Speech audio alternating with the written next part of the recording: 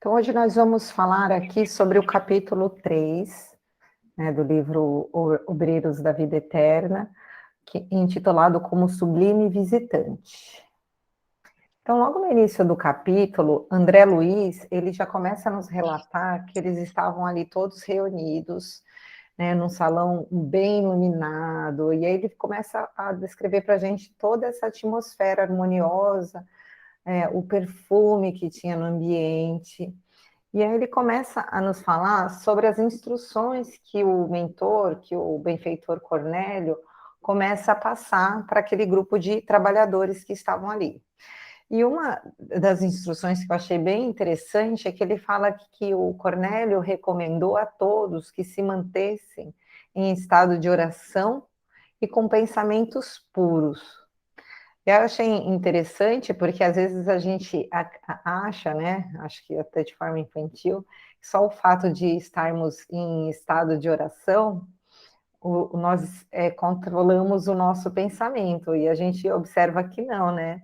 Às vezes a gente está ali no meio de uma prece, de um trabalho, e que a espiritualidade pede que façamos uma prece, e a nossa mente está vagando, né? Indo para lugares, pensando nos problemas no dia a dia, né? Pensando em questões que não estão ligadas ali naquele momento, aquela tarefa. Então, aqui eu achei interessante que Cornélio, ele destacava isso, e a gente percebe que isso também é uma dificuldade, era uma dificuldade ali, né, nas instâncias onde André Luiz e este grupo de espíritos estavam presentes. André Luiz, ele fala também que eles estavam em frente a um local que era protegido por uma cúpula. É uma cúpula, uma cúpula de vidro, né? Ele descreve o que a gente, como trabalhadores, a gente acredita que seja uma cúpula de proteção. Igual nós envolvemos a nossa casa, às vezes, no nosso evangelho do lar, a gente envolve a nossa casa onde nós moramos nessa cúpula de proteção, onde nós fazemos esse trabalho também nas casas, né? Quando faz a limpeza. Então, ele começa a falar que eles se posicionavam do lado de fora dessa cúpula, e que tinham ali alguns trabalhadores junto com Cornélio, auxiliando, pelo que a gente percebe, na manutenção vibratória desta cúpula. Então, eu separei aqui o que o diretor fala, o que Cornélio fala. Ele fala assim: os emissários da providência não devem semear a luz sem proveito. Então, ele está falando desse visitante, só um minutinho, deixa eu só autorizar, que está vindo, que ele não ele deve, tudo que ele vier semear deve ser aproveitado da melhor maneira possível. Por isso, todo esse trabalho de proteção. Constituir-nos ia falta grave receber em vão a graça divina, colocando-se ao nosso encontro, os mensageiros do Pai exercitam o sacrifício e a abnegação, sofrem os choques vibratórios dos nossos planos mais baixos, retomam a forma que abandonaram desde muito, fazem-se humildes como nós, e para que nós nos façamos tão elevados quanto eles, dignam-se ignorar-nos as fraquezas, a fim de que nos tornemos partícipes de suas gloriosas experiências. Então, aqui, Cornélio, ele faz um breve relato de como que, né, o mensageiro dessas esferas mais altas se comportam diante, né, ainda das nossas limitações, das limitações daqueles trabalhadores ali que estavam com André Luiz.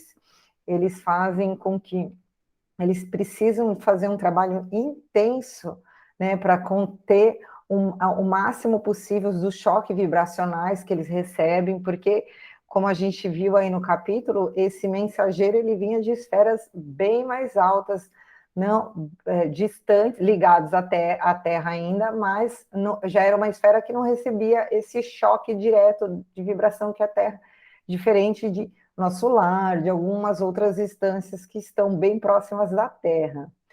E que o quanto ele tentava se diminuir vibratoriamente mesmo, para que as pessoas que estivessem ali não se sentissem constrangidas diante da grandiosidade que era esse mensageiro.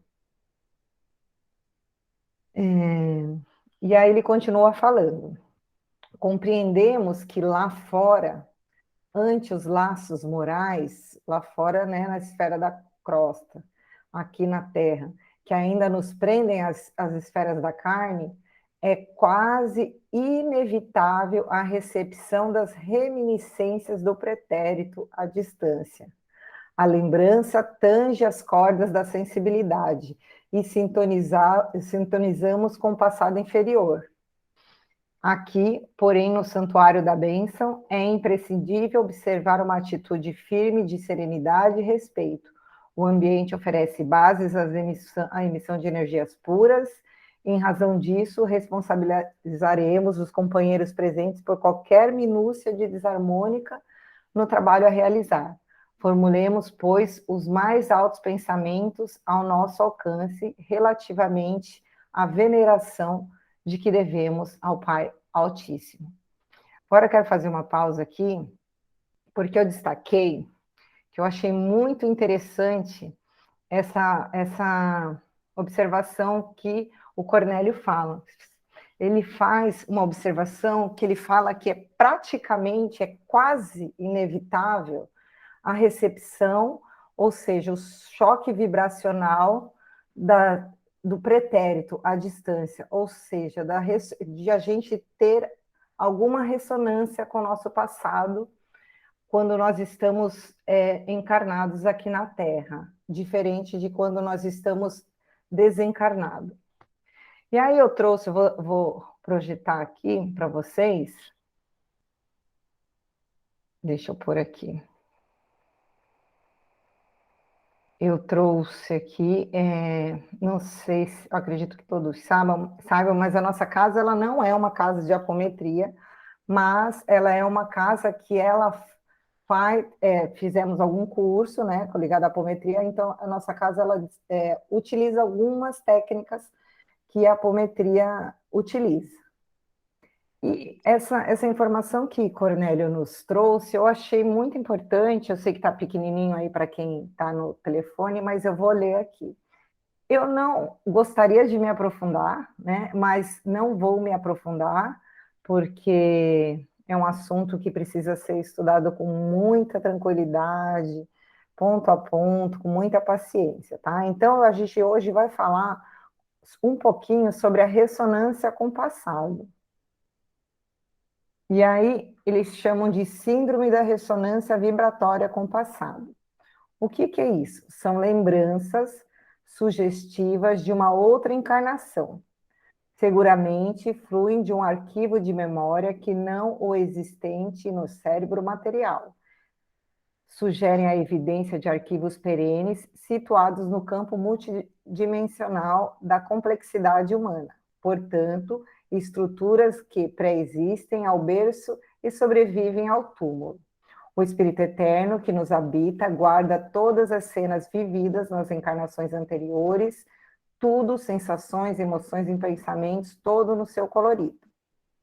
Ressonância vibratória com o passado são vislumbres fugazes de fatos vivenciados em uma outra equação de tempo e que, em certas circunstâncias, na encarnação atual, emergem no psiquismo de profundidade através de flashes ideoplásticos de situações vividas em encarnações anteriores.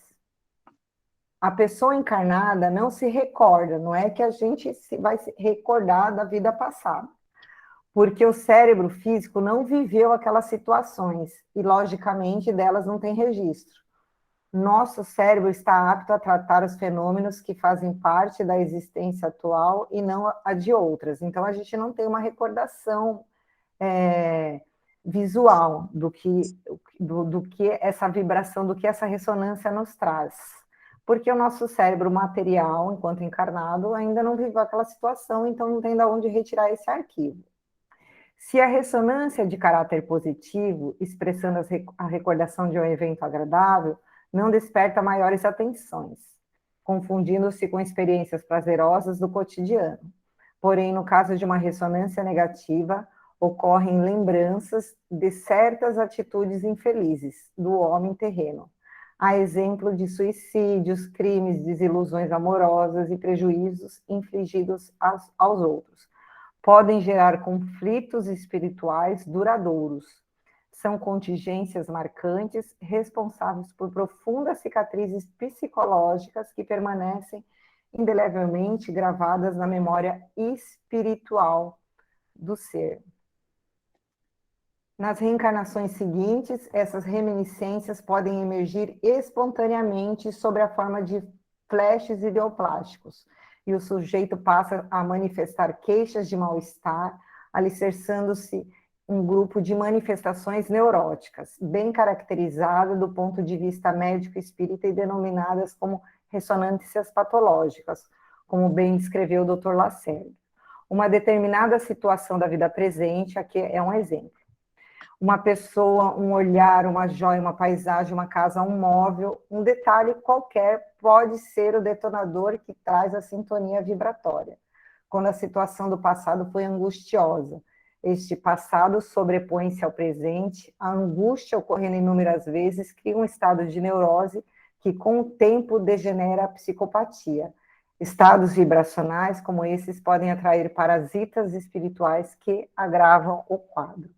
Isso foi retirado da Sociedade Brasileira de Apometria. Por que que eu trouxe essa explicação breve para vocês? Alguém, caso espírita, que está sem... É o Juliano. Eu achei que fosse o Érico, assim, Boa normalmente... noite, gente. Minha câmera está com problema. Tá. Mas eu queria comentar sobre isso, Rita. Eu achei bem interessante e me fez lembrar alguns estudos de filosofias que chamam esse tipo de ressonância de pensamento intruso. Até mesmo alguns psicólogos vinculados, né, à ciência da Terra chamam isso de pensamento intruso, é aquele pensamento que invade a mente da gente e não tem explicação, né, no que ele coloca aqui é essa vibração, essa energia, esse sentimento, né, e muitas vezes as pessoas têm isso no seu dia a dia e elas não se dão conta. Então, assim, não quer dizer que todos esses casos devem ser levados, né, para psicólogo, nada desse tipo, mas que a gente pode observar esse tipo de pensamento, esse tipo de vibração nas nossas câmaras, principalmente, né, e principalmente nos relatos dos assistidos, que eu acho que é bem interessante. Exatamente, Ju, obrigado pela colaboração.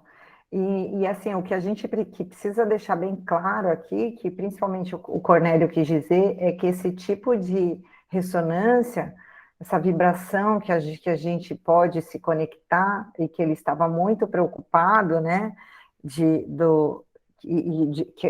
falando, né, sobre isso, que a gente aqui na carne passa por isso o tempo todo, é que isso pode, no decorrer da nossa existência aqui, gerar uma patologia, né? Então, casos de depressões, casos de síndromes do pânico, uma série de casos relacionados principalmente a problemas da psiquiatria, da psicologia, muitos deles, não é uma regra, né, gente, óbvio, estão ligados a essa ressonância, né, com o passado, que de alguma forma a gente se conecta.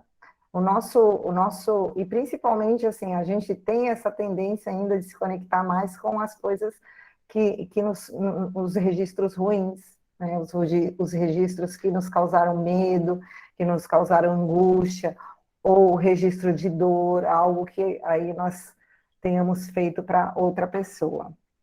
Enfim, vamos continuar lá.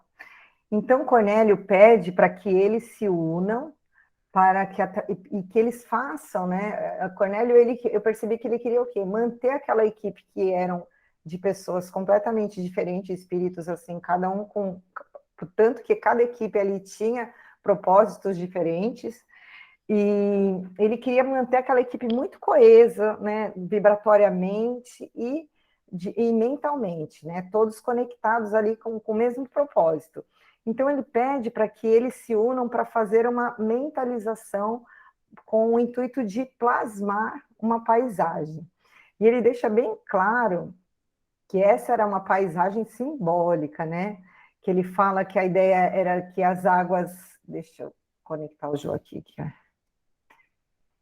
que as águas mansas personificavam-se a paz e alimentem vigorosamente a árvore, que é a representação da vida, da árvore da vida.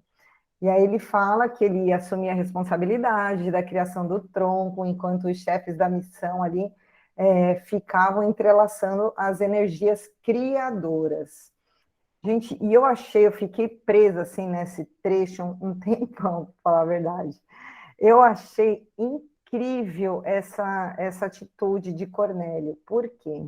Na hora que eu comecei a ler, eu percebi, pode ser que eu tenha, alguém tenha uma interpretação diferente, que ele quis primeiro mostrar ali a capacidade criadora que todos nós temos, né, criador, e principalmente a capacidade que nós temos de criar coisas para o bem. E utilizando essa representação simbólica, que na minha interpretação foi do Jardim do Éden, né? Com as águas, falando um pouco da Gênese, e falando do princípio da representação da árvore, que era a árvore da vida. E aí eu também fui lá, vou colocar aqui para vocês novamente o slide.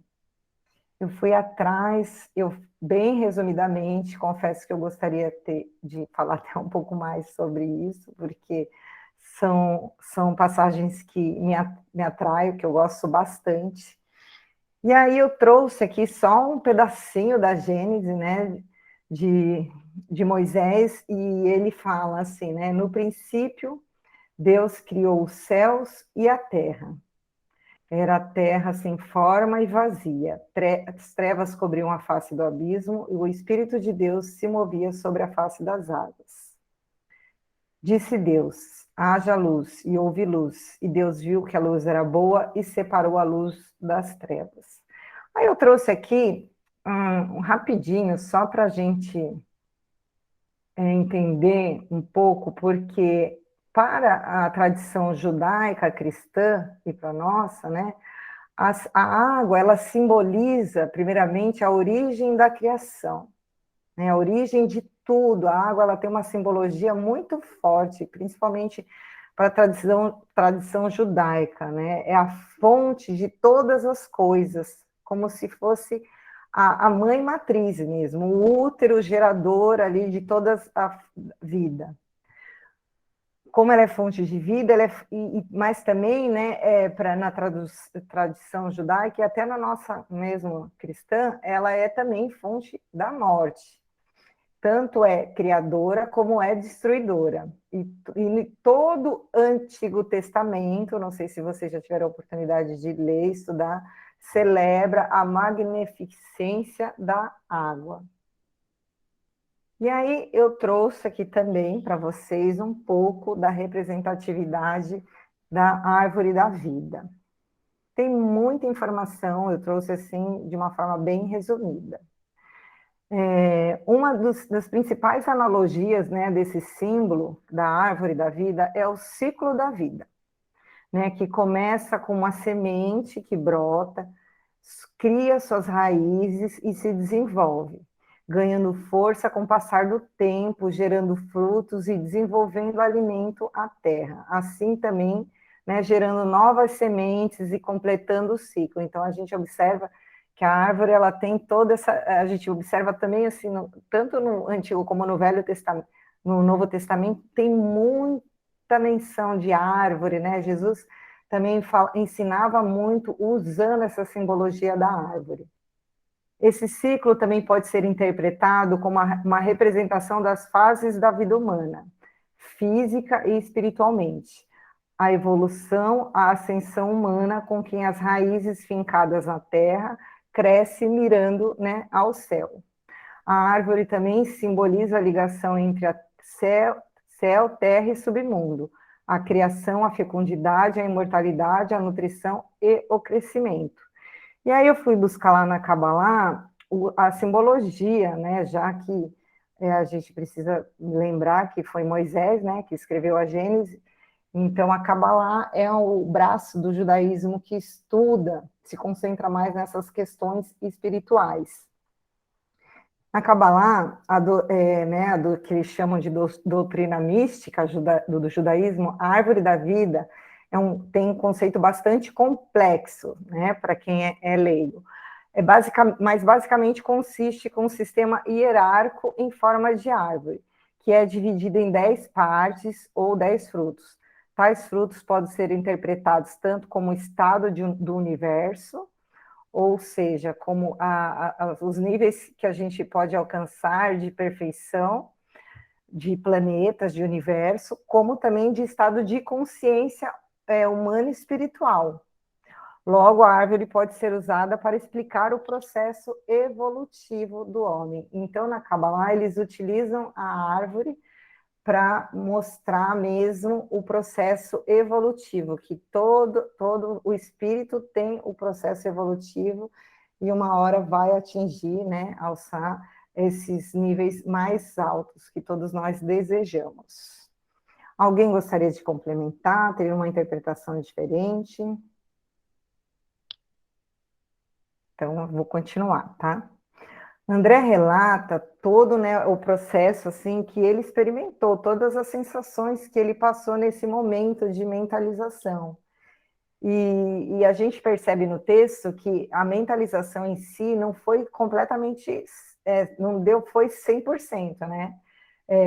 O Cornélio, ele pede que refaçam alguns pontos, que se concentrem um pouco mais para dar vida, para colocar cores, enfim. E aí eles retomam, e aí André vivencia aquele momento lindo, né, de entrega total à tarefa, de se recordar da sua casa, né, de como era o jardim da sua casa enquanto encarnado. Ele fala que depois da paisagem completa, que ali tanto Cornélio como aqueles dois trabalhadores que estavam ali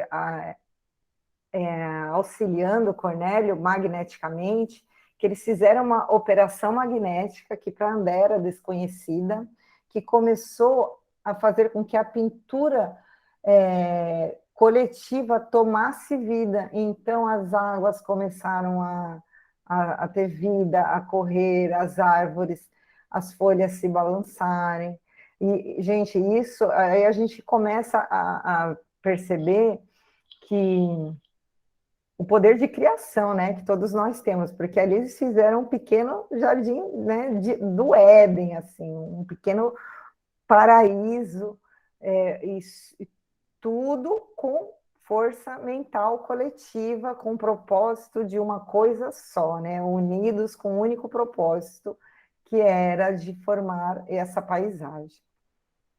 Aí André, ele descreve assim para a gente, algo de leve, ele tentando descrever para a gente o que força era essa que estava regendo ali aquela paisagem naquele momento.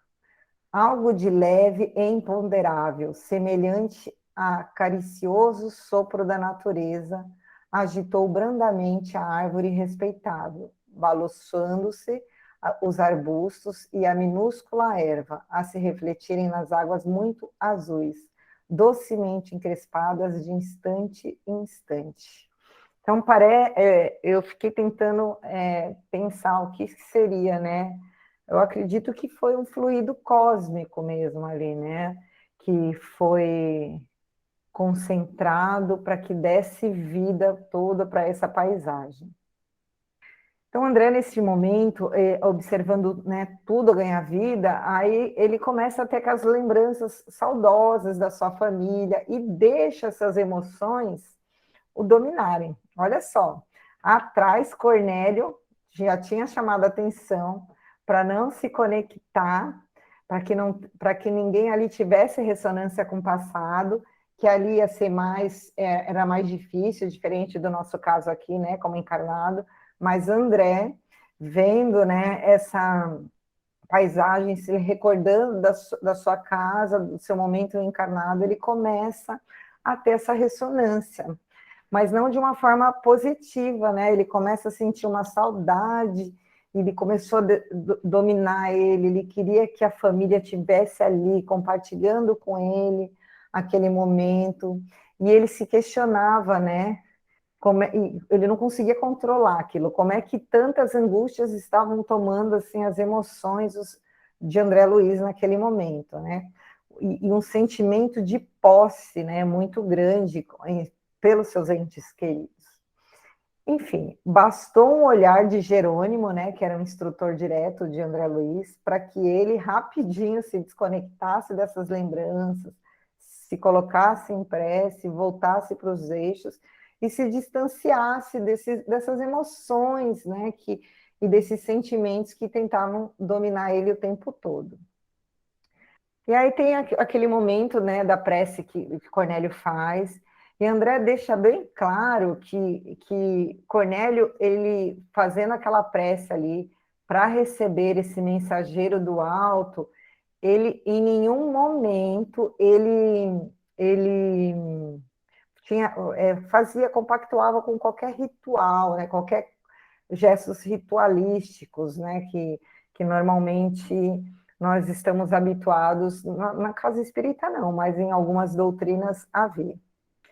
E aí André faz para a gente lá todo o relato da chegada do mensageiro, ele descreve assim, de uma forma bem bonita, ele fala que é como se um raio de sol, né, tinha iluminado todo o ambiente, toda essa paisagem que eles haviam plasmado. Então, a gente observa que esse mensageiro, ele veio para iluminar mesmo, né, dar vida, para trazer essa luz para esse pequeno oásis que essa equipe havia plasmado ali para a sua chegada.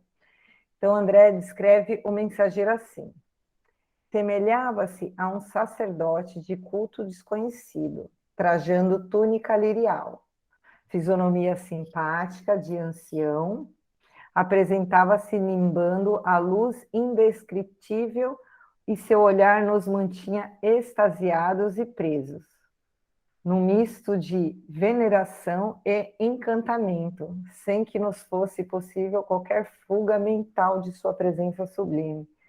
Eu destaquei essa parte porque eu achei impressionante o poder magnético que tinha esse mensageiro. E olha que ele vinha de esferas, assim, que não são as mais altas, assim, né? O que a gente tem conhecimento. André fala que eles não conseguiam fugir, a mente deles não conseguia fugir daquele momento, né, da sua presença. Então, a gente fica tentando imaginar, assim, né, quem conviveu ali com o Cristo durante a sua passagem na Terra, como era difícil para as pessoas que realmente se encontravam com Jesus, que olhavam para os seus olhos, dificilmente essas pessoas conseguiam virar as costas para ele, né? Não segui-lo, porque ele tinha um poder magnético que a gente não consegue nem mensurar. André Luiz não consegue nem mensurar o poder magnético desse benfeitor, então a gente fica tentando imaginar a do Cristo, né? E aí ele continua, aí o Cornélio o recepciona, fala: venerável Asclépios, se conosco. E aí o emissário, em voz clara e sedutora, desejou-nos a paz do Cristo, e em seguida dirigiu-nos a palavra em tom inexprimível na linguagem humana.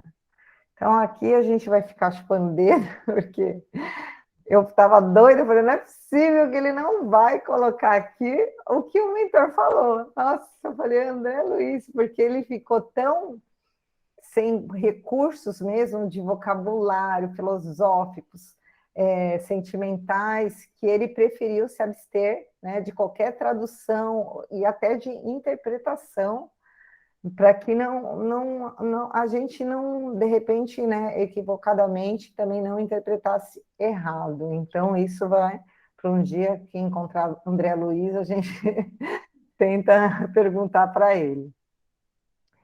E aí André fala, ouvimos-lo sob infinita emoção, sem que qualquer de nós contivesse as lágrimas. O verbo do admirável mensageiro que chegava das esferas superiores, trazendo-nos a bênção divina, caía-nos na alma de modo intraduzível e acordávamos o Espírito Eterno para a infinita glória de Deus e da vida eterna. Eu destaquei esse finalzinho aqui porque eu achei muito interessante, porque André fala que as palavras trazidas, né, a mensagem trazida por esse mentor, ela teve uma função muito importante.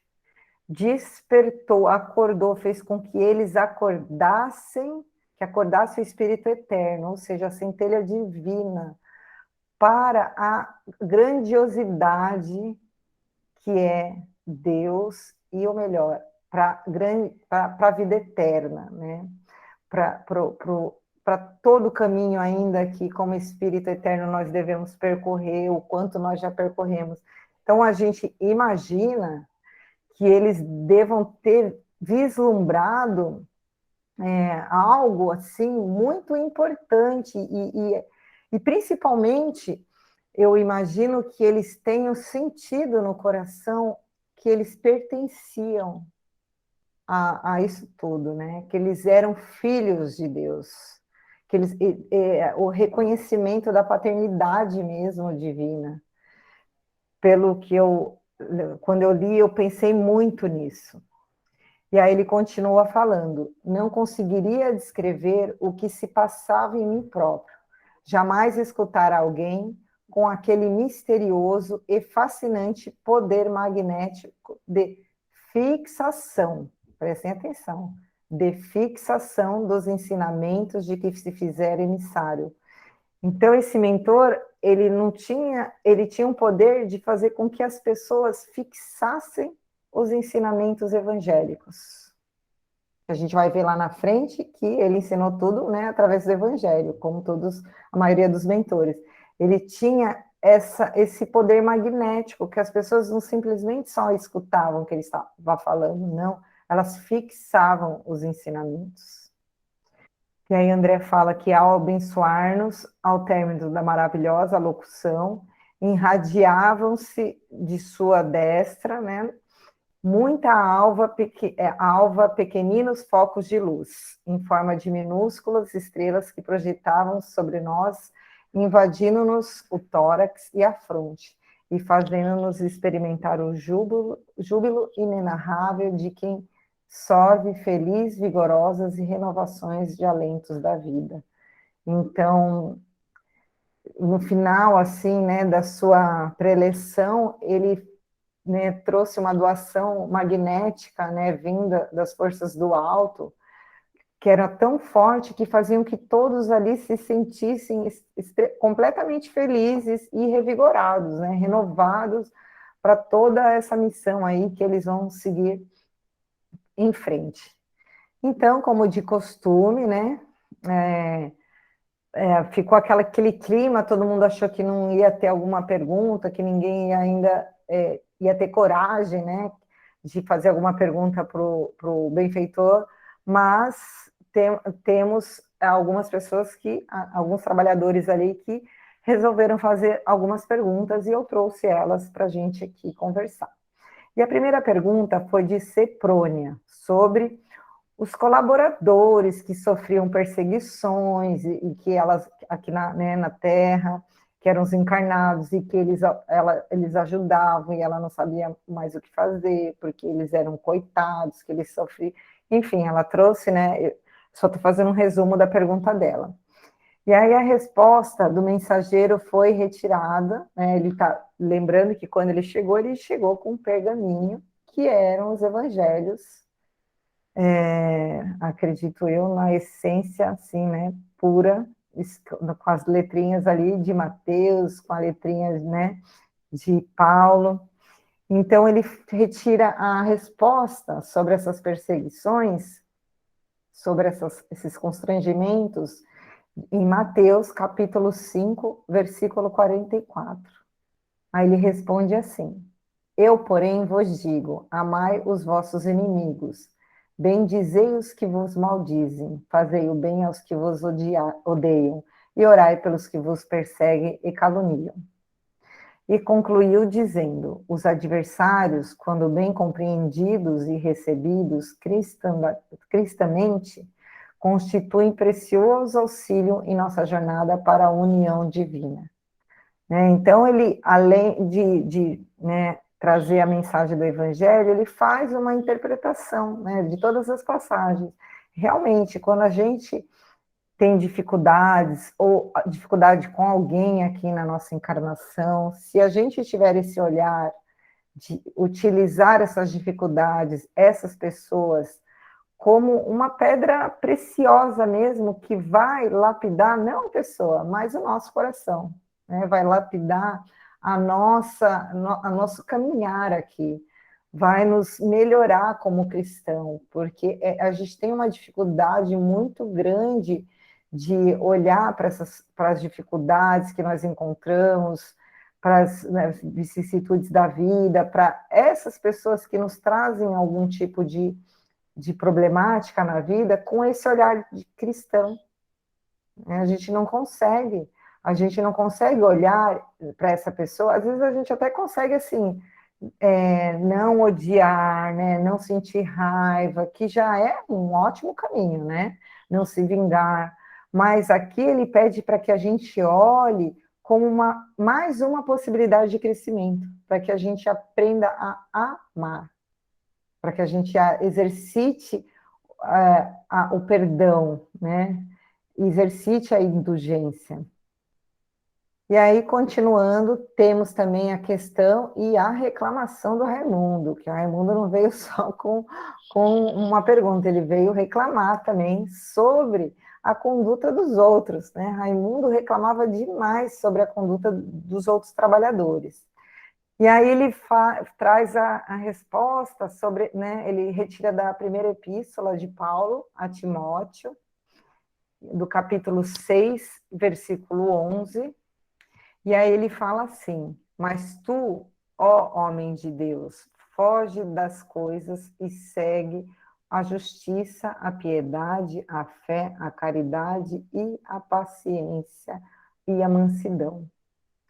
E Raimundo não entendeu, ficou meio sem entender assim como é que a mensagem, né? E aí ele conclui falando: o discípulo que segue as virtudes do mestre, aplicando-as a si próprio, foge às inutilidades do plano exterior, acolhendo-se ao santuário de si mesmo, e auxilia os nossos irmãos imprevidentes e perturbados, rixosos e ingratos, sem contaminar-se. Nossa, e aqui ele dá, né, uma lição, acho que para todos nós que adoramos reclamar dos outros, né, não só o Raimundo, mas a gente adora reclamar da conduta dos outros, do comportamento. E aqui, realmente, se a gente quer trabalhar para Jesus, e a gente precisa seguir as virtudes que ele tinha, né? E como? Aplicando o evangelho, aplicando o autoconhecimento em nós mesmos. Não tentando converter o outro, fazer com que o outro melhore, mas trabalhando inicialmente, e o nosso foco aqui somos nós mesmos, né? Trabalhando em nós. E assim que a gente vai auxiliar os nossos irmãos que estão ali um pouquinho meio dormindo, né? Como que nós vamos nos auxiliar? Com os nossos exemplos e se afastando desse tipo de conduta, de rixa, de conversa. Eu lembrei também que a gente estudou Paulo Estevam há pouco tempo, da recomendação de Abigail, né, para Paulo, quando Paulo estava bem desanimado nas suas peregrinações aí, sem comer, tinha sem lugar para dormir, aí se refugiou lá na caverna e já estava assim, né, achando que ele era a pessoa mais azarada do mundo. E aí a Abigail falou para ele, né, ama, trabalha, espera e perdoa. Eu achei isso bem interessante, porque a primeira coisa que a Abigail fala para ele, e que esse mentor, né, se a gente for pensar na conduta do Cristo, a primeira observação que a Abigail fala é que para trabalhar para o Cristo, a gente precisa, o primeiro requisito é amar. A gente precisa amar o que está fazendo. Né? Amar a tarefa, amar Jesus, amar os nossos irmãos, nos amarmos. Né? Por quê? Porque quem ama, cuida, quem ama, respeita, quem ama, entende, quem ama, não tem pressa. É muito mais fácil fazer algo que a gente, quando a gente ama, né? Do que quando a gente não ama fazer. Trabalha, porque o trabalho, ele é fundamental, né? O trabalho disciplinado, aquele trabalho, assim, né, de estar lá sempre no mesmo horário, sempre se propondo aquilo e se entregando daquilo, né? Porque Deus, a gente precisa entender que Deus nos chama o tempo todo para semear, né? E nós, trabalhadores, nós temos, principalmente os trabalhadores de desobsessão, né? Que eu acredito que, não só desobsessão, nós trabalhadores de casa espírita, quando vemos, estamos em alguma tarefa, estamos atendendo, assim, algum assistido, ou até nós somos o próprio assistido, a gente tem pressa, né? A gente acha que a gente vai colher, né? E os frutos dessa semente. Não, a gente precisa entender que às vezes o nosso trabalho é só semear, não é colher. E aí que entra lá o espera, né, de Abigail. Então a gente precisa ter na nossa mente que nós somos semeadores e não colhedores. Alguém vai colher, né? Alguém vai colher esses frutos, mas o nosso trabalho aqui é de semear. E por fim, perdoa, né? Porque se nós não aprendemos a perdoar nessa vida, nós vamos ficar sozinhos, né? Porque a gente tá o tempo, quem vive socialmente, quem vive casado, quem tem trabalho, quem vive socialmente se relacionando com outras pessoas, precisa todos os dias aprender a perdoar, a se perdoar.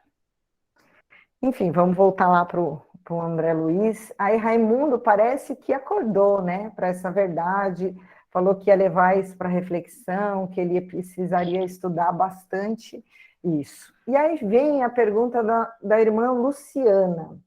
A irmã Luciana, ela pediu orientações sobre a sua missão de trabalho aqui na Crosta, já que seria a primeira vez. Então, a gente observa que a irmã Luciana parece bastante com a gente, né? Bem, na verdade, todos esses, né? Acho que a gente se viu, né, nesses três trabalhadores aqui. A irmã Luciana muito ansiosa, primeira tarefa aqui, né? E aí ele tira lá a lição das cartas aos Tessalonicenses, capítulo 4, versículo 9, e ele responde assim: quanto, porém, à caridade fraternal, não necessitais de que vos escreva, visto que vós mesmos estáis instruídos por Deus, que vos ameis uns aos outros. E aí ele traduz, né? O evangelho aplicado, comentou um mensageiro delicadamente, ensina-nos a improvisar os recursos do bem nas situações mais difíceis.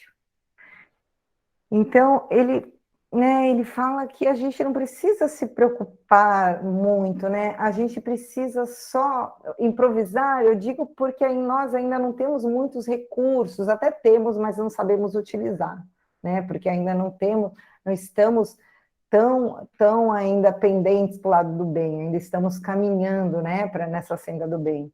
E a gente não precisa se preocupar com isso, porque nós temos os recursos, a gente só precisa amar. E aí fez-se de novo, né, extremo silêncio ali naquela câmara. E aí André fala que talvez pelo nosso péssimo hábito de longas conversações sem proveito, adquirido na crosta planetária, Não encontrávamos grande encanto naquelas respostas francas e diretas, sem qualquer lisonja ao nosso personalismo dominante. Eu achei isso muito importante. Como as respostas do benfeitor elas eram diretas, retiradas do Evangelho e curtas, e nós aqui, né, aqui na Terra, temos essa mania de ficar aqui, ó, né, filosofando, falando até.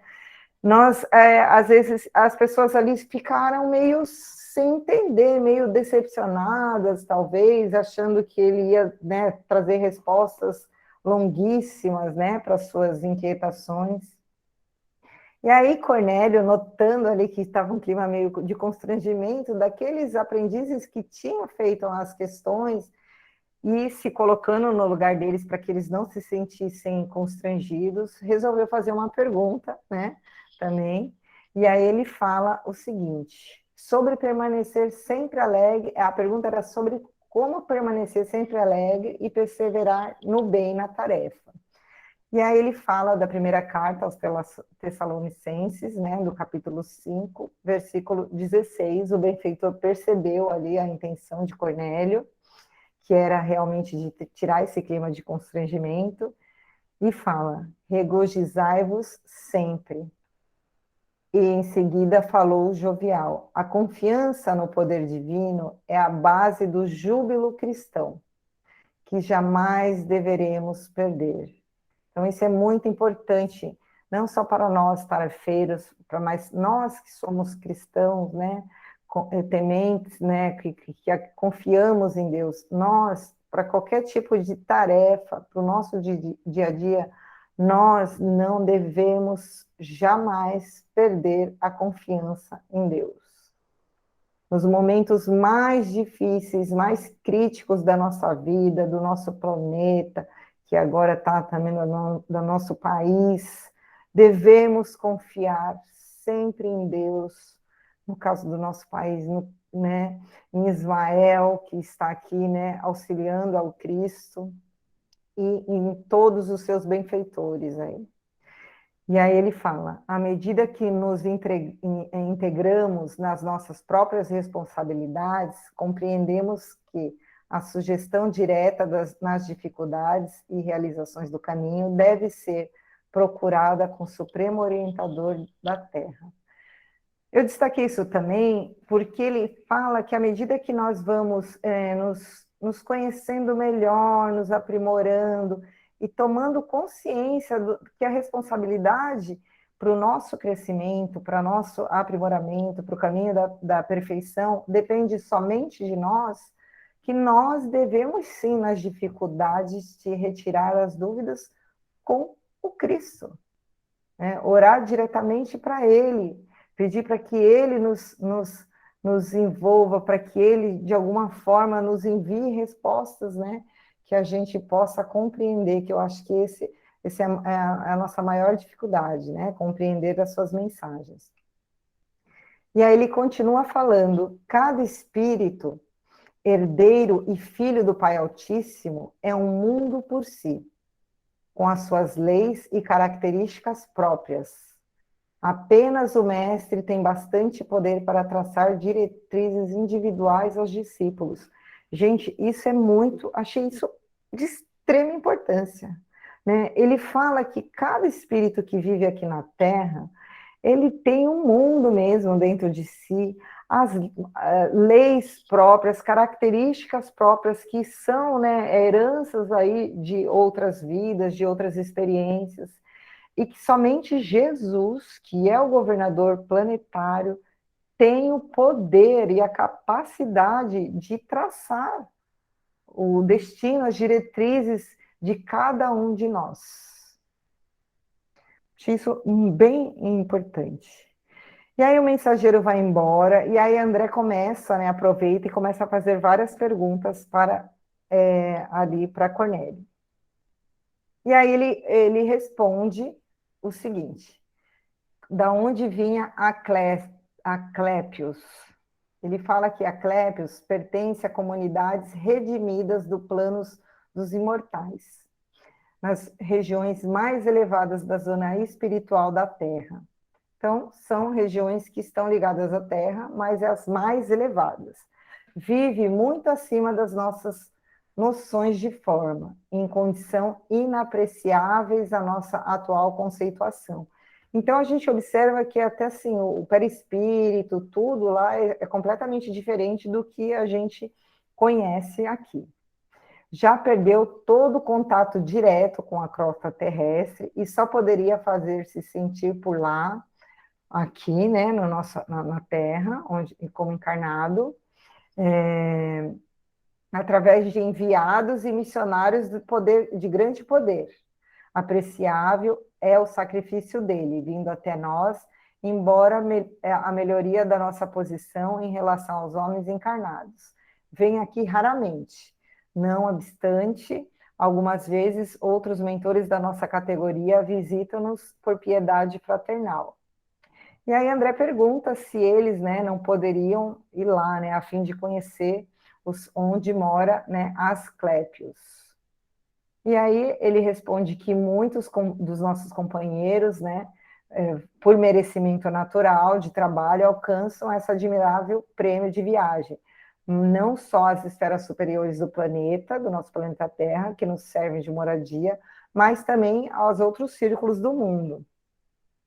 E aí ele fala, não devemos esquecer, porém, que a maioria efetua semelhantes excursões somente na qualidade de viajores, em processo estimulante de esforço pessoal, à maneira de jovens estudantes de passagem rápida pelos institutos técnicos e administrativos das grandes nações.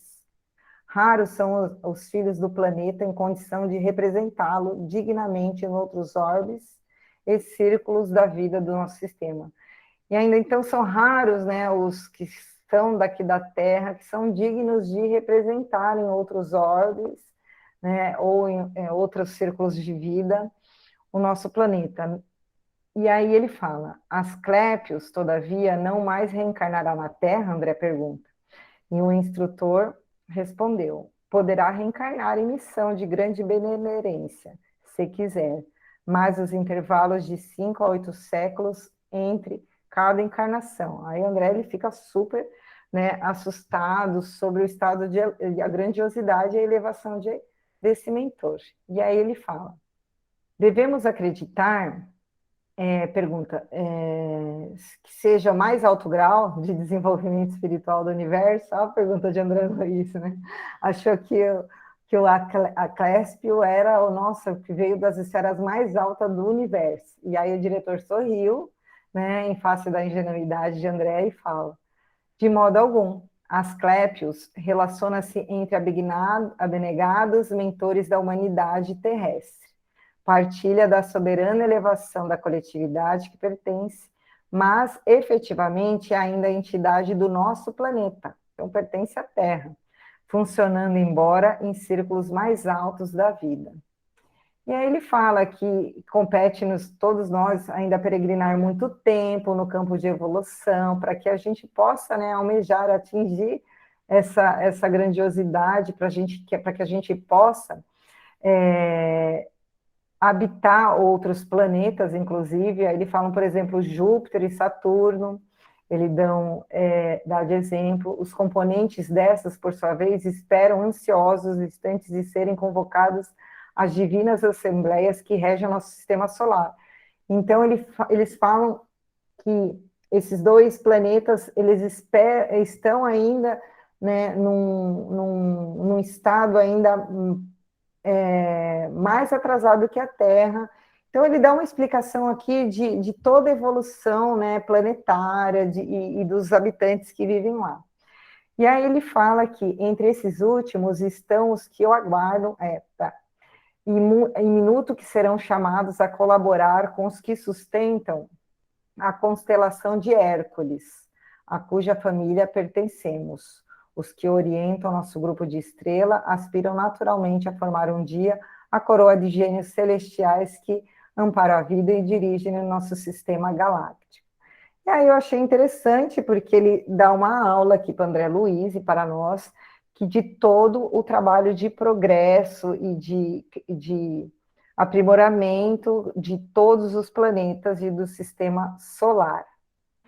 E aí encerrou, né, ali a reunião, mas antes de eu terminar, gente, não acredito que eu vou terminar, que beleza! Ninguém também, né, falou nada. Olha, eu vou falar, o Juliano tá aí quietinho, porque deve estar, olha, Juliano está na tarefa presencial. Eu vou trazer aqui, eu ia trazer para vocês, mas eu vou aproveitar para encerrar, mas eu acredito que vocês já sabem.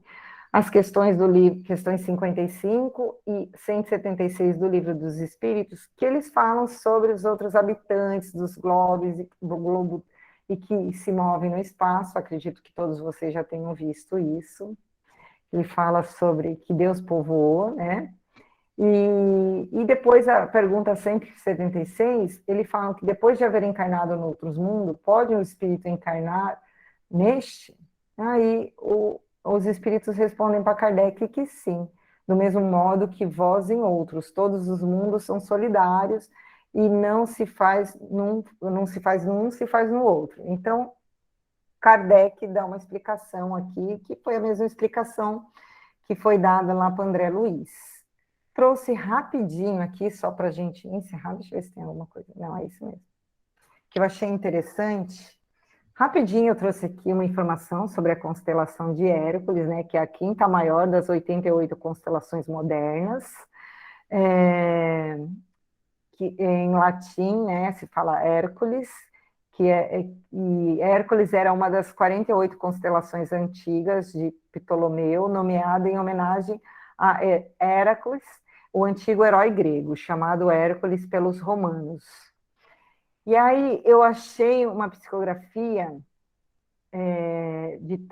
mensagem ditada por Pascoal sobre a destinação da humanidade terrestre na noite de 9 de abril de 1920, na FEB, na Federação, no Rio de Janeiro, transcrita no Reformador em agosto de 20 e dezembro de 78, e presente no prefácio do livro Universo e Vida, de Hernani T. Santana. Ele fala assim: sabeis que o seu fardo é leve e suave é seu jugo, referindo-se, né, ao Cordeiro de Deus. Carregai, pois, a vossa cruz com paciência e resignação, e vos tornareis dignos de habitar a terra quando, regenerada, atingir as campinas siderais da constelação de Hércules. Então, no livro lá, o Cornélio fala isso para André Luiz, né? Que é o destino da terra mesmo, será do progresso, né, espiritual da terra, para a qual se dirige em marcha acelerada, devendo lá chegar logo que a humanidade estiver em condições de habitar essas regiões do infinito. Então não mais tereis a noite e o dia, alternando-se gradualmente. Tereis as claridades e se irradiarem dos vossos próprios espíritos redimidos. Então a claridade vai ser do nosso próprio espírito já redimido. Despido das andrajos, do crimes, e coberto pelas vestes alvíssimas das virtudes celestiais. Essa mensagem eu retirei do curso lá do EAD, lá da doutrina espírita da Federação mesmo, que é o curso à distância, esqueci o nome, não é bem esse, mas, enfim, eu trouxe essa mensagem que, né, que já foi recebida há muito tempo, 1920, nós estamos em 2021, e segundo o mentor aqui, a Terra está em marcha acelerada, né? Então, só que a aceleração deles é diferente da nossa, pelo que a gente percebeu, né? Então é isso, meus queridos. Esse aqui é o capítulo 3. Gostaria de ter explorado um pouquinho mais as outras questões da ressonância, mas aí eu acho que a gente ia perder um pouco, né, o fio da meada. Eu gostaria que vocês também tivessem colaborado um pouquinho mais, mas está valendo. Se alguém tiver alguma pergunta, por favor, pode falar, senão a gente vai encerrar. Pode falar, Cá.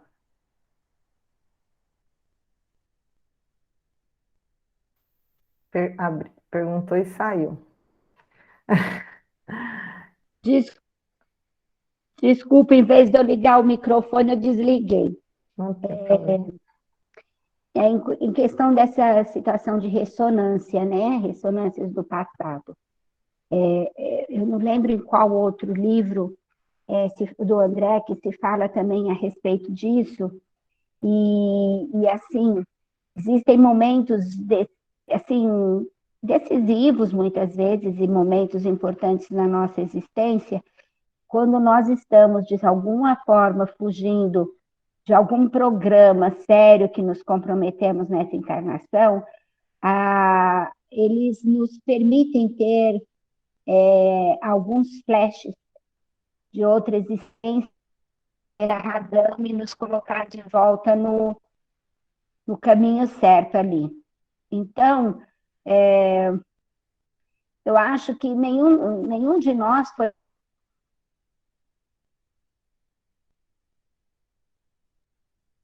principalmente muitos assistidos que batem às nossas portas, tem uma curiosidade enorme com o passado. E é muito difícil das pessoas entenderem que essa evolução ela é muito, muito, muito lenta para o nosso tempo, né? Para a espiritualidade, para esses mentores aí que estão cuidando disso tudo, pode ser assim que esteja acelerado. Mas para a nossa compreensão, para o nosso imediatismo, é lento.